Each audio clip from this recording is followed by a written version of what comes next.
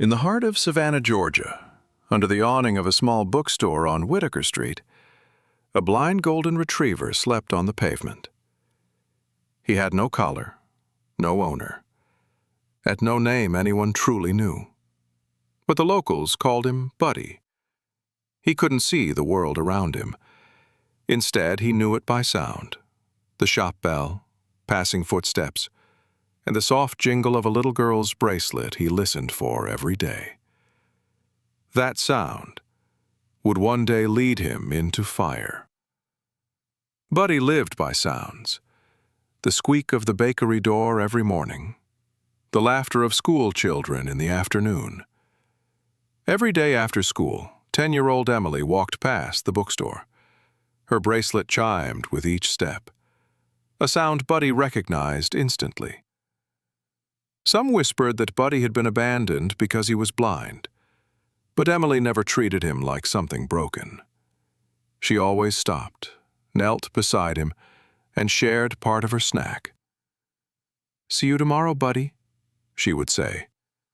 He couldn't see her smile, but he recognized her by the sound of her bell and the warmth in her voice. Buddy lived on the street, but he belonged to everyone. The baker left him scraps. Officer Daniels tapped his boot twice as a greeting. But Buddy waited only for Emily. He learned her footstep pattern, the way she tapped the curb twice before crossing, the exact rhythm of her bracelet. Even Officer Daniels joked, "Looks like he memorized you, kid." Emily smiled. "Maybe I memorized him, too." To others, he was a stray, but to Emily, he was someone she looked for. It was a Friday afternoon. Emily stepped into the small bookstore where Buddy often slept outside. She wanted a sketchbook for class. In the back room, an old space heater sparked, catching on dry cardboard. Within moments, smoke spread across the ceiling. The owner rushed everyone out, but in the confusion, Emily was still inside, trapped behind fallen shelves near the children's section. The front shutter jammed. The back exit wouldn't open. From the street, people saw smoke, but no one knew a child was still inside. Buddy stirred outside. He heard something most people missed: the shift in Emily's breathing, a muffled cough, the faint jingle of her bracelet lost beneath crackling fire. He ran to the shutter and barked nonstop, circling frantically. People yelled about the fire, but no one noticed the specific spot where Emily was trapped. He barked, then barked again, circling, scraping his paw against the wood, nose up, mapping the air. People steered, "Call 911, back up." No one gave Buddy directions he could follow. He pivoted to the sidewalk, searching sound for the one person who always answered him. 2 taps sounded on brick. Officer Daniels approaching from the corner. Buddy rushed to him and pressed hard against his leg, tugging the fabric once, twice, then spun and shot toward the alley. "Not now, boy," Daniels said. Then paused as the dog returned again, nudging, tugging harder, circling back toward the dark side of the building. Firefighters arrived, with alarms blaring. While they focused on the main entrance, Buddy ran repeatedly to a side wall, barking at one dark window. The smoke grew thicker, and still he stayed there, barking louder and louder. Inside, Emily crouched beneath the children's table, pulling her hoodie over her mouth, blinking through tears. She turned the bracelet in her fingers without thinking. It chimed. Buddy, nose lifted, traced the sound through heat. He moved down the alley, feeling with his paws where the brick met the concrete, counting steps the way he always did, then veered toward a side window nobody at the scene had checked.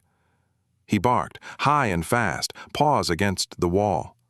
"Get him back!" someone shouted. "It's not safe!" Buddy barked harder. A firefighter stopped and looked toward where Buddy was focused. "Why is he locked on that spot?" he asked. Daniels shouted, "Check that!"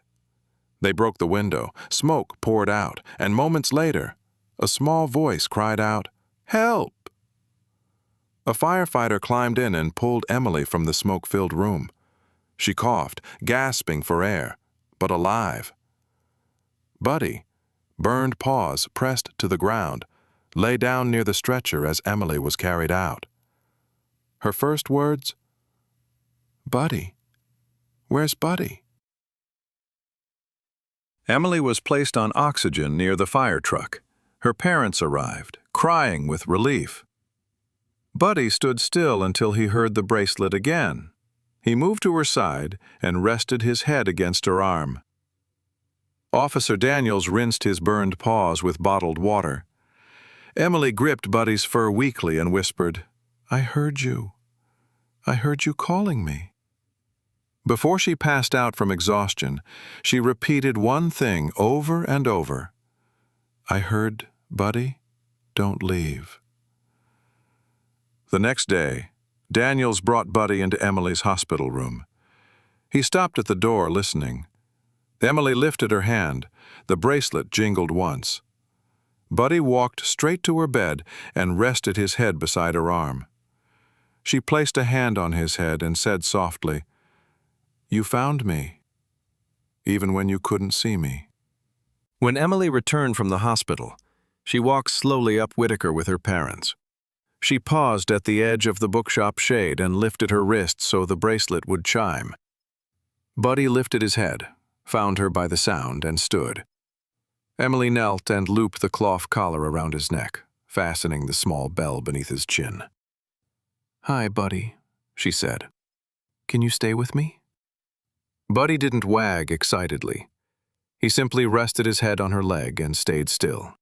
He never saw the world, but he always knew where love lived, in the sound of a little girl's bell.